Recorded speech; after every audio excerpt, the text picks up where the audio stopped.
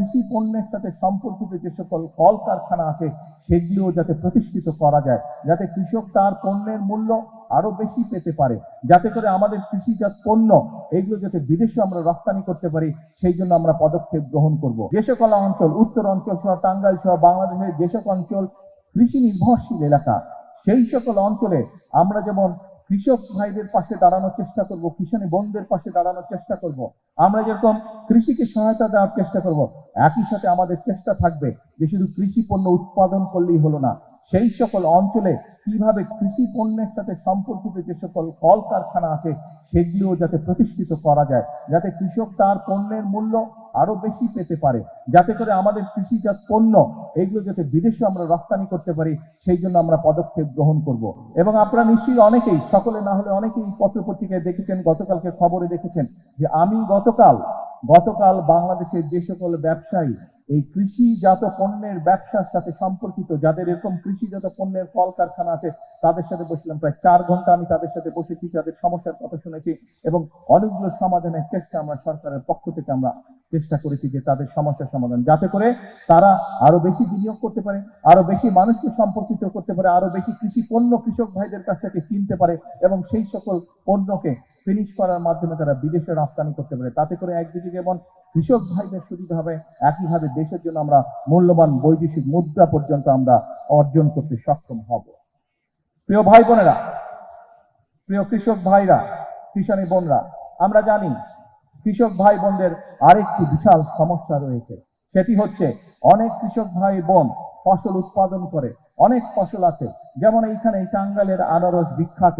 এই আনারস প্রচুর ফলে, আমাদের এই যে ফকির সাহেব আছে, ওনার স্বপন ফকির আছে, ওনার এলাকায় প্রচুর আনারস আছে, কিন্তু এই আনারসকে আমরা প্রিজার্ভ করে রাখতে পারি না, অর্থাৎ আনারসটা সিজনের পরেও যাতে আমরা রাখতে পারি, সেটার জন্য কোল্ড স্টোরেজ বা সেরকম প্রক্রিয়াজাত কিছু নাই। এরকম অনেক দ্রব্য আছে বাংলাদেশে যেগুলোকে আমরা যদি প্রক্রিয়াজাত করে রাখতে পারি, কোল্ড স্টোরেজ করে রাখতে পারি, তাহলে কৃষক ভাইরা যেরকম ফসলটা যখন বেশি হয় তখন অনেক সময় দাম পায় না, কিন্তু আমরা যদি কোল্ড স্টোরেজে রাখতে পারি তাহলে কৃষক ভাইরা পরবর্তীতে দাম পায়। শুধু কৃষক ভাইরা দাম পায় না, একই সাথে মানুষও সিজনের পরেও সেই ফসলটির সুবিধা পায়, সেই ফল ফলাদি বলেন সেটি মানুষ খেতে পারে।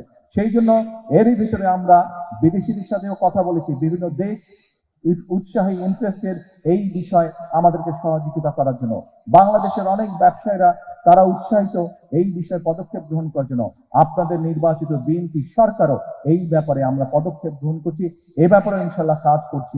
আমরা চেষ্টা করছি বিভিন্ন জায়গায়, যে সকল জায়গায় ফসল নষ্ট হয়ে যায় কোল্ড স্টোরেজ হবে, সেখানে ধীরে ধীরে আমরা কৃষক ভাইদের সুবিধার জন্য আমরা কোল্ড স্টোরেজ তৈরি করব, যাতে কৃষক ভাইরা তাদের ফসলের মেয়াদ আরো বেশি টাইম পর্যন্ত ধরে রাখতে সক্ষম হয়। প্রিয় ভাই বোনেরা, প্রিয় কৃষক ভাইরা, কিষানী বোনেরা, সকল উপস্থিতবৃন্দ, প্রিয় ভাই বোনেরা, একটি কথা আজকে পরিষ্কার ভাবে আপনাদের সামনে আমি তুলে ধরতে চাই। আমরা যদি সকল পর্যালোচনা করি, আমরা দেখব এই বাংলাদেশে একমাত্র বিএনপি সরকার যতবার এই দেশ পরিচালনার সুযোগ পেয়েছে, বিএনপি সরকারই চেষ্টা করেছে কৃষক ভাই বোনদের পাশে দাঁড়ানোর জন্য। আপনারা বিএনপির উপরে বিগত নির্বাচনে আস্থা রেখেছেন, ইনশাল্লাহ এই সরকার আপনাদের সেই আস্থার পূর্ণ মর্যাদা দিবে। আজকের এই অনুষ্ঠানে আমি বলতে চাই, এখন আমাদেরকে দেশ গড়ার সময়। কৃষক ভাইদের পাশে আমরা যেরকম দাঁড়াবো, একই সাথে আমরা আমাদের দেশের কিষানী বোন সহ আমাদের দেশের যে নারী সমাজ আছে, তারা হচ্ছে দেশের অর্ধেক, জনসংখ্যার অর্ধেক। এই নারী সমাজকে যদি আমরা স্বাবলম্বী করে গড়ে তুলতে না পারি, তাহলে এই দেশকে আমরা সামনের দিকে এগিয়ে নিয়ে যেতে পারবো না। এবং সেই কারণেই আমরা প্রতিশ্রুতি দিয়েছিলাম যে আমরা যদি সরকার গঠন করতে সক্ষম হই, তাহলে আমরা বাংলাদেশের মা বোনদের জন্য, নারীদের জন্য, আমরা পরিবারের নারী প্রধানের জন্য আমরা ফ্যামিলি কার্ড চালু করব।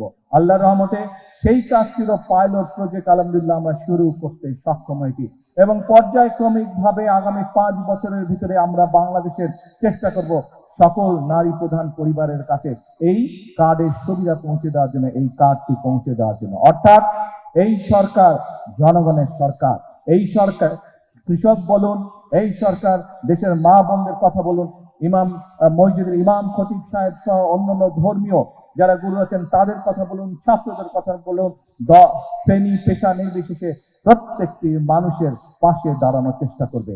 আমাদের লক্ষ্য হচ্ছে দেশের উন্নয়ন, আমাদের লক্ষ্য হচ্ছে দেশের মানুষের ভাগ্যের পরিবর্তন।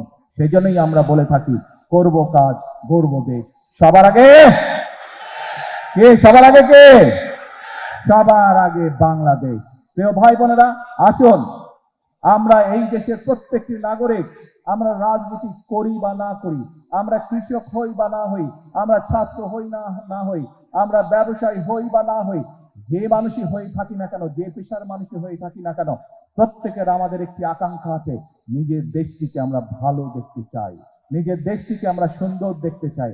আমরা দেখতে চাই এই দেশের মানুষ নিরাপদে এই দেশে বসবাস করছে, এই দেশের মানুষ, এই দেশের সন্তানেরা এই দেশেই বড় হচ্ছে, স্বাচ্ছন্দ্যে বড় হচ্ছে, খেয়ে পড়ে ব্যবসা বাণিজ্য চাকরি বাকরি করে নিরাপদের সাথে, নিরাপত্তার সাথে বড় হচ্ছে।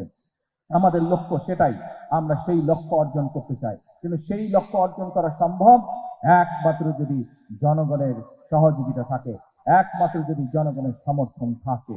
সেজন্যই আমরা জনগণকে সাথে নিয়ে চলতে চাই, জনগণকে পাশে রেখে চলতে চাই, জনগণকে সাথে নিয়ে সামনের দিকে বাড়তে চাই, দেশ গঠন করতে চাই। আজকে এই কৃষক কার্ড উদ্বোধন করার মাধ্যমে আবারও আমি বাংলাদেশের সকল শ্রেণী পেশা, সমাজের সকল শ্রেণী পেশার মানুষকে আবারও দেশ গঠনের আমন্ত্রণ জানিয়ে আমার বক্তব্য শেষ করছি। আল্লাহ হাফেজ। বাংলাদেশ জিন্দাবাদ।